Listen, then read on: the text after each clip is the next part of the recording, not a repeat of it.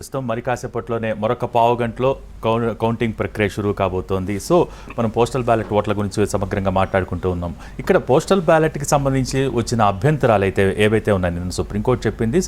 So ప్రస్తుతం అదే process continue అవుతుంది. కాబట్టి ఏ రాష్ట్రానికి లేని వెసులుబాటు ఇప్పుడు ఆంధ్రప్రదేశ్కి మాత్రమే ఎందుకనేది వైసీపీ క్వశ్చన్ చేస్తున్న పరిస్థితి ఏంటి? సరే, ఇప్పటికైతే ఇలా కొనసాగుతుంది. భవిష్యత్తులో ఇది ఏమైనా ప్రమాదకరంగా మారే అవకాశాలు ఉంటాయి ఏంటి? ఈ వివాదానికి సంబంధించి ఏం చెప్తారు? అంటే క్లారిటీ రావాల్సింది వెసులుబాటు ఇచ్చారని అనుకోను. ఓకే, ఒక స్టేట్కి వెసులుబాటు ఎప్పుడు ఇవ్వరో అది నిలబడదు కూడా. ఇది రాంగ్ ప్రొజెక్షన్ అయ్యి ఉండాలి. బెస్ట్ ఆఫ్ మై నాలెడ్జ్ వెసులుబాటు ఇవ్వరు. క్లారిఫికేషన్ మన వాళ్ళు అడుగుంటారు, వాళ్ళు ఇచ్చుంటారు. క్లారిఫికేషన్ వేరు, వెసులుబాటు వేరు, రెండింటి మధ్య తేడా ఉంటుంది. సో వెసులుబాటు అంటున్నామో ఎగ్జంప్షన్, స్పెషల్ ఎగ్జంప్షన్ అడగడం. ఇప్పుడు ఒక రూల్ ఉంటుంది, కానీ ఆ రూలు ఎవరన్నా క్లారిటీ అడిగేదాకా ఆ రూల్ గురించి తెలియకపోవచ్చు కదా. సో ఇప్పుడు అంటే ఇప్పుడు ఇష్యూ ఏంటి? సీల్ సంతకం ఉండి సీల్ లేకపోయినా యాక్సెప్ట్ చేయాలా వద్దా అని ఇష్యూ. సో ఈ ఇష్యూలో ఎలక్షన్ కమిషన్ గైడ్ లైన్ ఉండాలి. మన వాళ్ళు ఏపీ వాళ్ళు అడుగుంటారు క్లారిఫికేషన్, అడిగితే వీళ్ళకి క్లారిఫికేషన్ ఇచ్చారు. ఒకవేళ అలా లేకపోతే ప్రత్యేక వెసులుబాటు ఇవ్వడం అనేది కరెక్ట్ కాదు కదా. ఎలా ఇస్తారు వెసులుబాటు? సో అయినా ఇష్యూ వెసులుబాటు కూడా కాదు, ఆ వెరీ ప్రాసెస్ అనేది కరెక్ట్. కొన్నిసార్లు వెసులుబాటు కూడా ఇవ్వచ్చు, కాదని అన్నాను. ఇప్పుడు ఉదాహరణకు మీరు యాంకర్గా ఉన్నారు, ఇంకో యాంకర్గా ఉన్నారు, మీరు అడుగుతారు నేను ఒక 1 hour తర్వాత ఒక 5 నిమిషాలు గ్యాప్ తీసుకోవచ్చా, కంటిన్యూగా ఉండలేను అంటారు. ఇంకోరు అడగరు, అడిగిన వాళ్ళ వెసులుబాటు ఉండదు, అడిగిన వాళ్ళ వెసులుబాటు ఉంటుంది. సో మీరు ఇది ప్రిన్సిపల్స్ ఆఫ్ నేచురల్ జస్టిస్, సహజ న్యాయ సూత్రాలకు విరుద్ధం, ఆయనకు బ్రేక్ ఇచ్చారు నాకు ఇవ్వలేదని ఆ ఇంకో యాంకర్ కూడా పెట్టుకున్నారు, నువ్వు అడగలేదు కదా అంటారు కదా. సో వెసులుబాటు ఎప్పుడు వస్తుంది? అడిగితే కదా ఇచ్చేది, అడగంది వెసులుబాటు రాదు కదా. సో అది వివక్ష ఆయనకు కాదు. అరే ఆ భోగి అడిగాడే ఆయనకి ఇచ్చావు, నువ్వు అడుగుతూ నీకు ఇవ్వకపోతామా అంటారు. సో లేదు, నువ్వు అడగలేదు, నువ్వు కంటిన్యూషన్ నడుపుతా అన్న లైవ్ ఆయన అడిగాడని. సో అట్లా కూడా ఉండొచ్చు ఒక్కోసారి. అందువల్ల వెసులుబాటు ప్రత్యేకంగా ఇచ్చారు. వివక్ష అంటే ద వెరీ ప్రాసెస్ కరెక్టా కాదా అని ఆలోచించాలి తప్ప మనం ఒక్క స్టేట్కి ఇచ్చారా 2 స్టేట్లకు ఇచ్చారా, తప్పైతే అన్ని స్టేట్లకు ఇచ్చినా తప్పే కదా, రైట్ అయితే ఒక్క స్టేట్కి ఇచ్చినా రైటే. అందువల్ల తప్ప ఒప్ప అనేది చర్చించాలి తప్ప అది వెసులుబాట ప్రత్యేక ఏర్పాట అని కాదు. బట్ ఏదున్నా వైఎస్ఆర్ కాంగ్రెస్ ఏంటంటే ఎంత వీలైనంత తక్కువగా పోస్టల్ బ్యాలెట్ ఓట్లు పోలుకు కావాలని వాళ్ళ కోరిక. అందువల్ల ప్రభుత్వ ఉద్యోగులు నిరసన కూడా వ్యక్తం చేశారు. మమ్మల్ని పోస్టల్ బ్యాలెట్ మాకు కొంత ఇబ్బంది పెడుతున్నారని. ఎంత నిజమో తెలియదు కానీ, ఎందుకంటే సహజంగానే ప్రభుత్వానికి వ్యతిరేకంగా ఓటు పడుతుంది అర్థమైన తర్వాత, మీకు నాకు అర్థమైనాక ప్రభుత్వాన్ని అధికార పార్టీకి అర్థం కదా.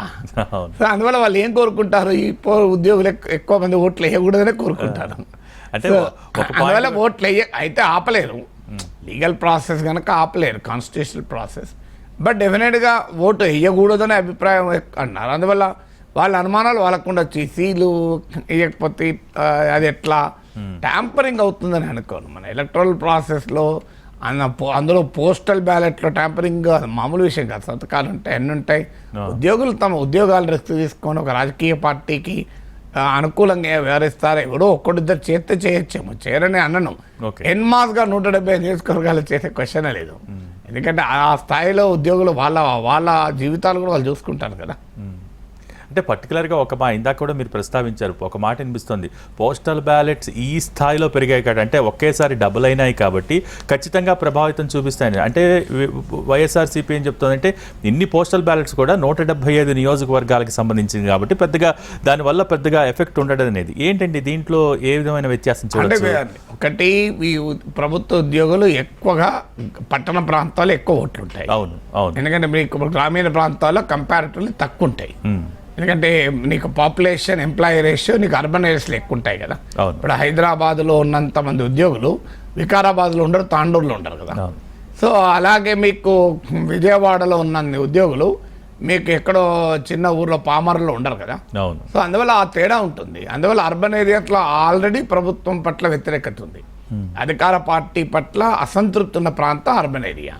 సో వీళ్ళ అసంతృప్తి యాడ్ అవుతుంది. మీకు వైసీపీకి ప్రధానమైన స్ట్రెంత్ గ్రామీణ ప్రాంతాలు. గ్రామీణ ప్రాంతాల్లోనైతే ఉద్యోగుల ప్రభావం తక్కువనే ఉంటుంది కదా. 175 సీట్లు ఇప్పుడు 4 లక్షలు అనుకున్నా కూడా నీకు ఎంతమంది అవుతారు? 175 అంటే ఒక 2,000 మంది ఉంటారు. ఒక కాన్స్టిట్యున్సీ లెక్కేసుకున్నా కూడా మీకు 175 ఇంటూ 100 వేసుకుందాం, అంటే 1000 వేసుకుందాం, 1,75,000. సో అంటే ఒక 1000-2,000 ఓట్లు. అందువల్ల 2,000 ఓట్లు ఒకే చోట ఉండి ఎన్మాస్గా ఓటు పడితే ఇట్ కెన్ ఇన్ఫ్లుయెన్స్ ఓటింగ్ ప్రక్రియ. ఎందుకంటే ఈసారి చాలా నేరోగా కంటెస్ట్ ఉంటుంది అంటున్నారు. సో ఉండే అవకాశం ఉంది అంటున్నారు, చూడాలి.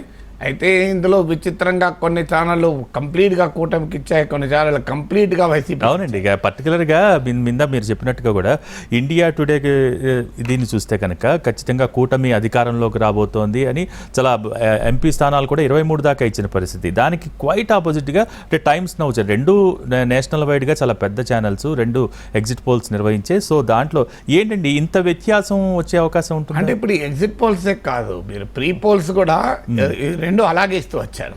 అవును. So India today, axis my India వీరు కంప్లీట్గా 98 to 128 కూటమికి వస్తాయన్నారు. అది కూడా చాలా లార్జ్ గ్యాప్, 30 సీట్ల గ్యాప్తో ప్రిడిక్షన్ అనేది అర్థం లేని prediction. But still direction matters. క్లియర్గా కూటమికి అధికారం వస్తుంది అని India today, axis my India చాలా పాపులర్ సంస్థ కూడా. సో టైమ్స్ నౌ ఇందుకు పూర్తి భిన్నంగా ఇచ్చారు. ఇదివరకు కూడా మీకు నాకు గుర్తు ఒక నెల 15 రోజుల క్రితం కూడా ఇండియా టుడే వారు టీడీపీకి 16 నుంచి 17 సీట్లు ఇచ్చారు, లోక్సభ సీట్లు. ఓకే. వైసీపీకి తక్కువ ఇచ్చారు, మిగిలిన 7 ఇచ్చారు. కానీ టైమ్స్ నా వాళ్ళు 22 సీట్లు వైసీపీకి ఇచ్చారు. ఇప్పుడు ఇది 1.5 మంది, అంటే మొదటి నుంచి కూడా కన్సిస్టెంట్గా టైమ్స్ నా వైసీపీకి ఇస్తుంది. ఇండియా టుడే వారు సీ ఓటర్తో కలిపిన, యాక్సిస్ మై ఇండియాతో కలిసి చేసిన వారు టీడీపీ కూటమికి ఇస్తున్నారు. ఇది రైట్ ఫ్రమ్ ద డే 1 ఉంది ప్రిడిక్షన్. అయితే దీనికి బేస్ ఏంటి అంటే మనకు అర్థం కావాలి. ఈవెన్ ఇండియా టుడే అయినా టైమ్స్ నౌ అయినా, నేను నిన్న రాత్రి మళ్ళీసారి కూడా చూశాను India today AP live discussion. Rajdeep Sardesai, Rahul వీళ్ళందరూ ఉన్నారు. అందులో సీఎం రమేష్ కూడా పాల్గొన్నాడు. నాకు ఆశ్చర్యం ఏంటంటే ఆ నెంబర్ రైట్ అయితే రైట్ కావచ్చు, ఐఎమ్ నాట్ డిస్ప్యూటింగ్. నెంబర్ను నేనే క్వశ్చన్ చేయడం లేదు. వాళ్ళు ప్రిడిక్ట్ చేసినట్లు కూటమికి 98, 128 వచ్చినా కూడా వాళ్ళ లాజిక్ చాలా విచిత్రంగా ఉంది. లాజిక్ ఏమంటారు, ప్రదీప్ గుప్తా చాలా ఫేమస్ యాక్సిస్ మై ఇండియా. అసలు చంద్రబాబు నాయుడు అరెస్టుతో జగన్మోహన్ రెడ్డి సంక్షేమ పథకాలపైన ఇచ్చిన ప్రయోజనం మొత్తం తుడిచిపెట్టుకుపోయిందంటాడు. అవును. అరే ఇది అసలు చంద్రబాబు నాయుడు కూడా బిలీవ్ చేయడు నా అంచనా. ఆ ప్యానెల్లో ఉన్న సీఎం రమేష్ ఉన్నాడు, అలాగే మీకు కనకమేడల రవీంద్ర కుమార్ ఉన్నారు. వాళ్ళిద్దరు కూడా దాన్ని ఏమి ఎండార్స్ చేస్తలేరు. అసలు మీకు ఎక్కడన్నా క్యాంపెయిన్లో చంద్రబాబు నాయుడు అరెస్టును ప్రధాన అంశంగా పెట్టారా?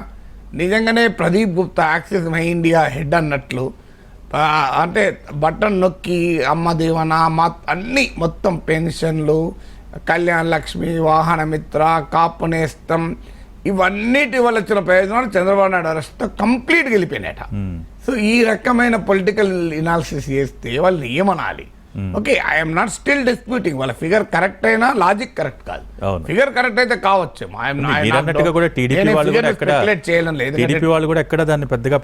అసలు వాళ్ళ అరెస్ట్ గురించి ఎక్కడ, ఒకవేళ నిజంగానే అంత పొటెన్షియల్ ఉంటే అంటే జగన్మోహన్ రెడ్డి అమలు చేసిన సంక్షేమ పథకాల కన్నా కూడా చంద్రబాబు నాయుడు అరెస్ట్ పైన అంత భావోద్వేగం రగిలితే మరి వాళ్ళు ఎందుకు ఉపయోగించుకోరు ఎన్నికలలో?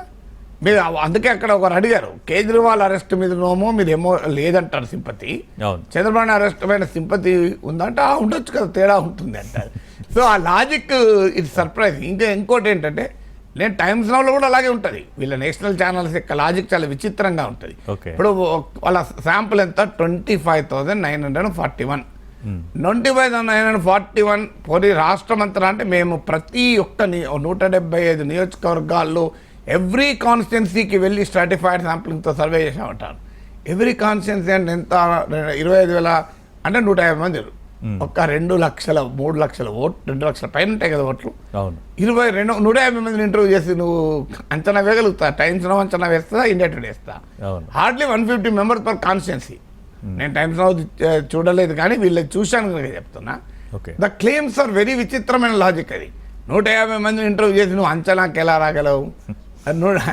అంటే ఎవరైనా పడి మేము రాష్ట్రం అంతా 220. ఇంకోటి అంటాడు 44% వైసీపీకి, 42% టీడీపీకి, బీజేపీకి అవన్నీ కలిపితే వీళ్ళకి ఎక్కువ అవుతుంది అంటారు. కానీ ఈ పర్సంటేజ్తో ఎలక్షన్ ఉండదు.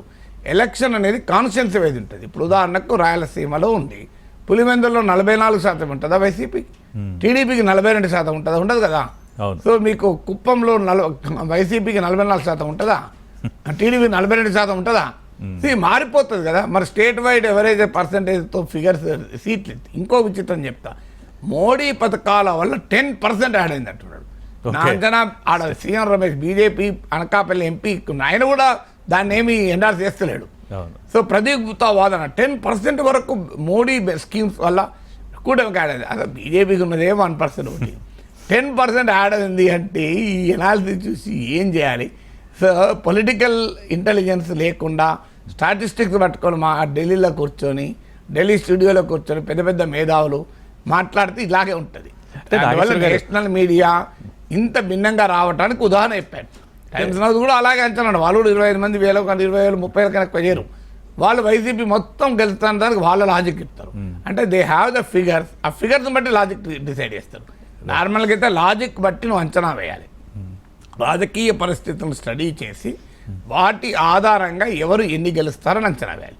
వీళ్ళు ఏంటంటే సర్వే వల్ల స్టాటిస్టిక్స్ తీసుకొని ఆ స్టాటిస్టిక్స్ని బట్టి కారణాలు వెతుకుతున్నారు. కారణాలను బట్టి నెంబర్స్ కాదు, నెంబర్లను బట్టి కారణాలు. అందువల్ల డోంట్ బిలీవ్ ఇండియా టుడేదైనా టైమ్స్ నౌదైనా అది ఆథెంటిక్గా చెప్పలేము. Independent result. నేను అందుకే మళ్ళీ చెప్పేది, టైమ్స్ నౌ వాళ్ళు వైసీపీ గెలుస్తా అన్నారు, అయినా కూడా నేనేం అంగీకరించడం లేదు దాన్ని. ఇండియా టుడే వాళ్ళు టీడీపీ గెలుస్తాను, దాన్ని కూడా అంగీకరించడం లేదు.